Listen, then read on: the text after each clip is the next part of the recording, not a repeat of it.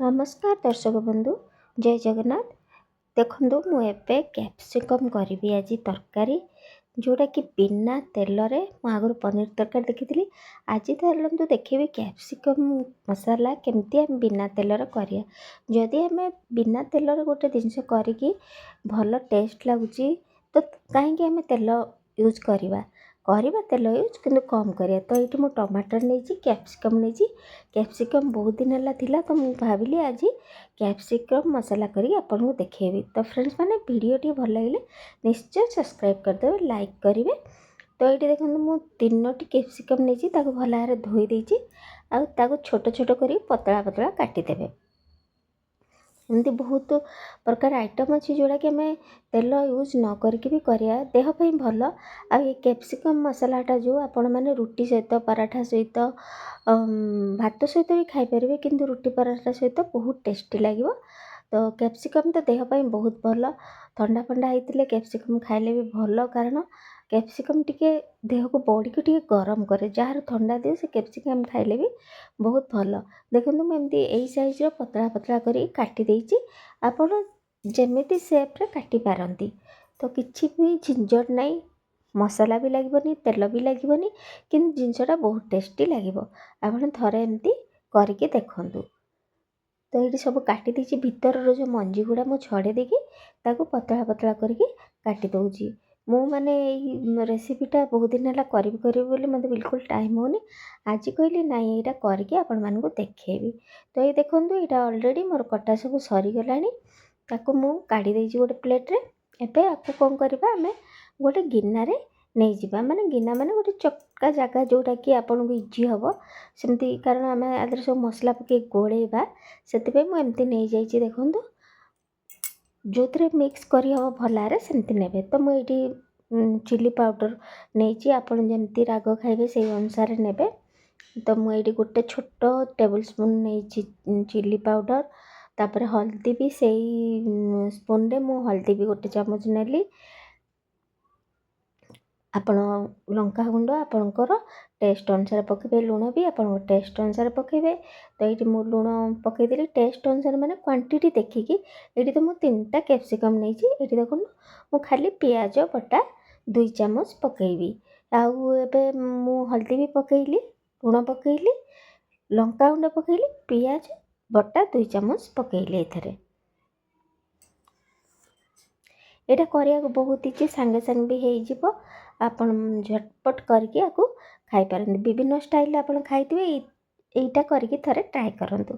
तो ये देखंतु एटा पकई सारा पर मु एबे दही नउची दही माने टिके क्वांटिटी अधिका नेबे।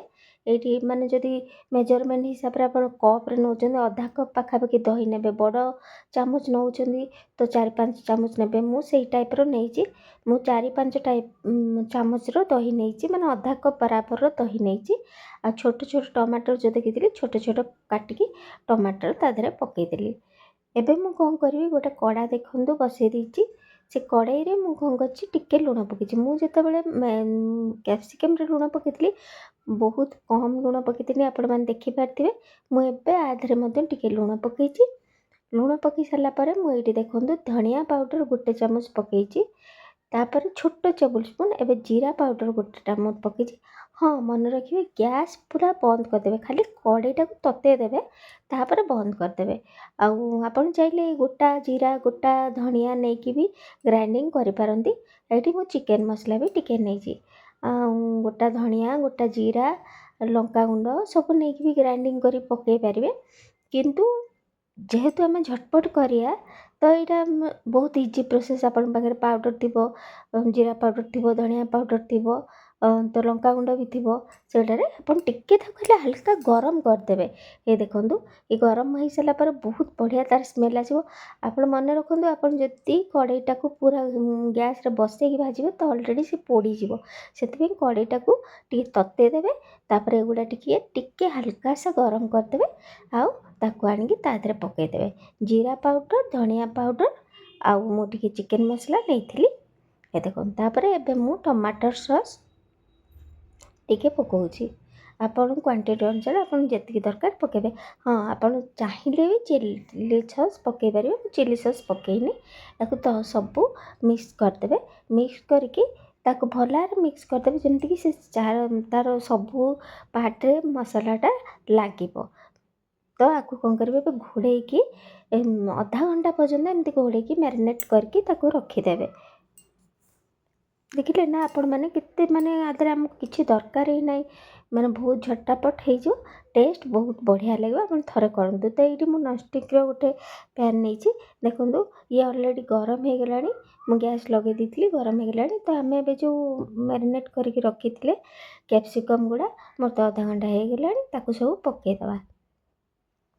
आम प्रथम जितेबाला जेकोसी जिनस करे ऑयल पकाए, ऑयल पकई सारापर एमती करे आम तो बिना ऑयल करचे बिना तेल करचे से आपको पकईदे टिके जस्ट एपट सेपट करदे बेसी ना कारण से तले ही लगिज। देखो मोर तले केमती लगिगला कि आम ऑयल पकईने से लग जाऊँगी।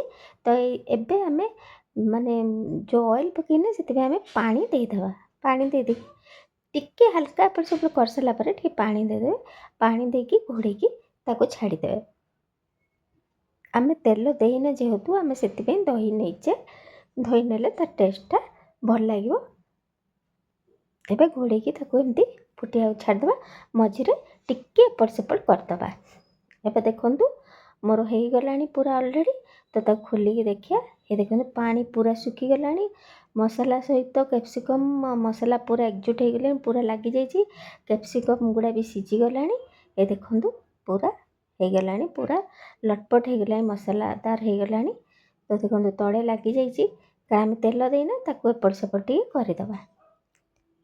ये देखो कैप्सिकमटा पूरा सीझी गला। गैसटा मु बंद कर दी ऑलरेडी। एबे रेडी हो गला। आपको आपण निश्चय थोड़े ट्राए करूँ, रुटी पराठा सहित खातु आ भात सहित मत खाई पारे। तो फ्रेंड मैंने पुणी थे कही रखुच्छी वीडियो भल लगे निश्चय सब्सक्राइब करदे, लाइक करेंगे, आपण सांगसाथी सहित शेयर करेंगे। जदि आपन ग्रेवी दरकार तो ये देखूँ मु लास्ट रे गैस बंद कर दीजिए। तथापि टिके जो आमर आरारूट पाउडर अच्छी ताकू टिके पानी करके देदेवे तो से ग्रेवी टाइप हो। आपन जदि ग्रेवी दरकार नहीं ताले आपन सेमती भी ताकू काढ़ी पारिबे। देखो पूरा रेडी हो गला कैप्सिकम मसाला, देखा जमी सुंदर लगुच खाया सेमती टेस्ट लगे। तो थे फ्रेंड्स मैंने ट्राए करूँ बिना तेल रे कैप्सिकम मसाला केमती है। देखूँ रेडी गला। तो रोच फ्रेंड देखा करेंगे आ गोटे वीडियो रे। जय जगन्नाथ, धन्यवाद।